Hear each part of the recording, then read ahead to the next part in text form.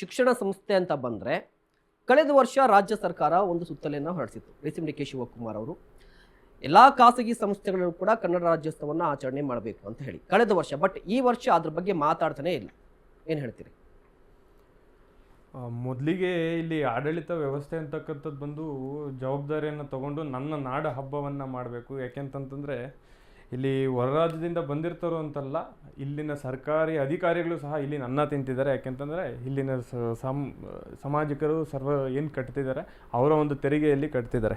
ಶಾಲಾ ವಿಚಾರಕ್ಕೆ ಬಂತು ಅಂತಂದರೆ ಕಳೆದ 10ನೇ ತಿಂಗಳು ಅಕ್ಟೋಬರಲ್ಲಿ 2024ರಲ್ಲಿ ಒಂದು ಮನವಿಯನ್ನು ಕೊಟ್ಟಿರ್ತೀವಿ ಸಂಸ್ಕೃತಿ ಇಲಾಖೆ ಮತ್ತು ಇವರಿಗೆ ಡಿ ಕೆ ಶಿವಕುಮಾರ್ ಸಾಹೇಬರಿಗೆ ಮತ್ತು CM ಆಫೀಸ್ಗೆ ಒಂದು ಮನವಿನ ಕೊಟ್ಟಿರ್ತೀರಿ. ಅದರ ಒಂದು ನಿಲುವನ್ನು ತಗೊಂಡು ಅದನ್ನು ಹೊರಗಡೆ ಹಾಕಿದರೆ ಓಕೆ. ಆದರೆ ಈ ವರ್ಷದಲ್ಲಿ ಅವ್ರುಗಳಿಗೆ ಏನಾಗಿದೆ ಗೊತ್ತಿಲ್ಲ, ಅಥವಾ ಮರ್ತಿದ್ದಾರೆ, ಕನ್ನಡವನ್ನು ಮರಿತಿದ್ದಾರೆ ಅನ್ನೋದು ಒಂದು ಗೊತ್ತಿಲ್ಲ. ವ್ಯವಸ್ಥೆ ದುರಾಡಳಿತ ಅಂತಲೂ ಹೇಳಬಹುದು. ಅದೇ ರೀತಿಯಾಗಿ ನಮ್ಮ ಒಂದು ಇರ್ತಕ್ಕಂಥ ಎಲ್ಲ ಖಾಸಗಿ ಇತ್ತೀಚಿನ ದಿನಗಳಲ್ಲಿ ಸರ್ಕಾರಿ ಶಾಲೆಗಳಲ್ಲೇ ಈ ಒಂದು ವಿಚಾರವಾಗಿ ರಾಜ್ಯೋತ್ಸವ ವಿಚಾರವಾಗಿ ಆಚರಣೆಗಳನ್ನು ಕಡಿಮೆ ಆಗ್ತಿದೆ. ಮುಖ್ಯವಾಗಿ ನಾಡಗೀತೆಯನ್ನು ಎಲ್ಲ ಒಂದು ಶಾಲೆಗಳಲ್ಲಿ ಹಾಡಬೇಕು, ಪ್ರತಿನಿತ್ಯ ಅದನ್ನು ಹಾಡಬೇಕು ಅನ್ನೋ ವಿಚಾರವಾಗಿ ನಾವುಗಳನ್ನು ಕೇಳಿಕೊಂಡು ಸಹ ಎಲ್ಲ ಇದಕ್ಕೂ ಸಹ ಶಾಲೆಗಳಿಗೆ ನಾವು ಸಾಮಾಜಿಕ ಜಾಲತಾಣದಲ್ಲೂ ಸಹ ಅವ್ರಿಗೆ ಕಟ್ಟೆಚ್ಚರಿಕೆ ಕೊಟ್ಟರು ಸಹ ಅದ್ರ ವಿಚಾರದಲ್ಲಿ ಯಾವುದೇ ರೀತಿಯಾದಂಥ ನಿಲುವಿಲ್ಲ. ಸರ್ಕಾರ ಕಣ್ಣು ಮುಚ್ಕೊಂಡೇ ಹೋಗ್ತಿದೆ ಇದ್ರ ವಿಚಾರದಲ್ಲಿ. ಏನಕ್ಕೆ ಅನ್ನೋದು ಇಲ್ಲಿವರೆಗೂ ತಿಳಿದಿಲ್ಲ. ಸರ್ಕಾರನೇ ನೇರವಾಗಿ ಉತ್ತರ ಕೊಡ್ತಕ್ಕಂಥದ್ದು ಯಾವಾಗ ಕೊಡ್ತಾರೆ ಅನ್ನೋದು ಸಹ ನಮಗೆ ಇಲ್ಲಿ ಯಕ್ಷ ಪ್ರಶ್ನೆಯಾಗಿ ಉಳಿದಿದೆ. ಓಕೆ, ಸುಧಾ ಮೇಡಮ್ ಏನು ಹೇಳ್ತೀರಿ?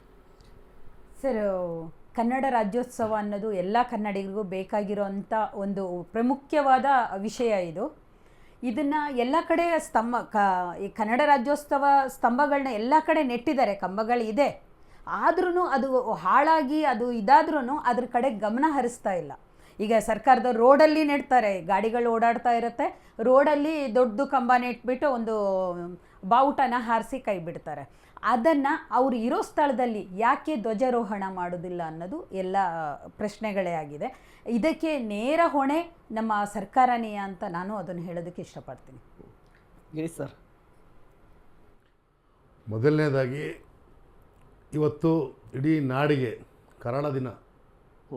ಕಾರಣ ಇವತ್ತು ಪುನೀತ್ ರಾಜ್ಕುಮಾರ್ ಅವರು ತೀರ್ಕೊಂಡಂಥ ದಿವಸ. ಹಾಗಾಗಿ ಅವರಿಗೆ ಮೊದಲನೇದಾಗಿ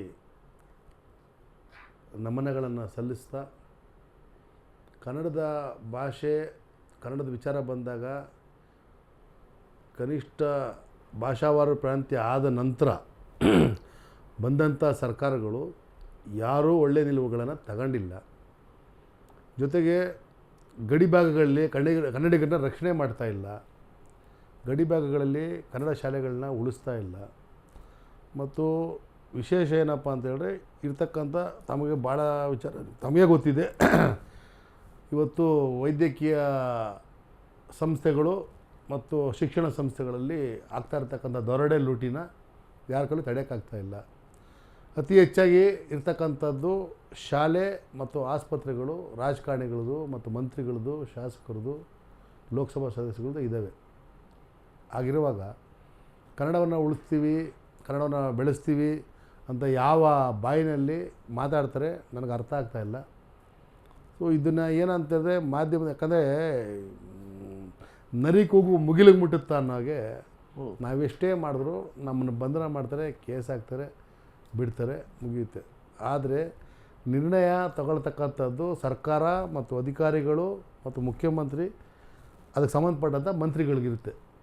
ಹಾಗಾಗಿ ನಾವು ಯಾರ ಮೇಲೆ ಲೋಪದೋಷವನ್ನು ಹೊರ್ಸೋಕ್ಕಾಗುತ್ತೆ?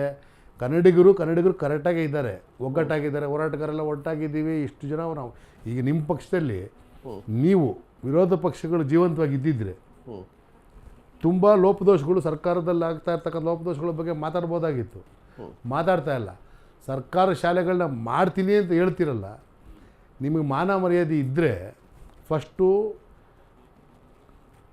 ಅಳಿವಿನಂಚಿನಲ್ಲಿರ್ತಕ್ಕಂಥ, ಕಾಡಿನಂಚಿನಲ್ಲಿರ್ತಕ್ಕಂಥ ಕನ್ನಡ ಶಾಲೆಗಳನ್ನ, ಕಳಪೆ ಶಾಲೆಗಳನ್ನ, ಕಾಮಗಾರಿಗಳನ್ನ ಚೆನ್ನಾಗಿ ಮಾಡಿ. ಶೌಚಾಲಯಗಳಿಲ್ಲ, ವಸತಿ ವ್ಯವಸ್ಥೆಗಳಿಲ್ಲ ಕನ್ನಡ ಶಾಲೆಗಳಲ್ಲಿ. ಮತ್ತು ಎಷ್ಟು ಜನ ಉಪಾಧ್ಯರನ್ನ ಆಯ್ಕೆ ಮಾಡ್ಕೊಳ್ಳೋದಕ್ಕೆ ನಿಮ್ಮ ಕೈಲಿ ವಿಫಲರಾಗ್ತಾ ಇದ್ದೀರಿ.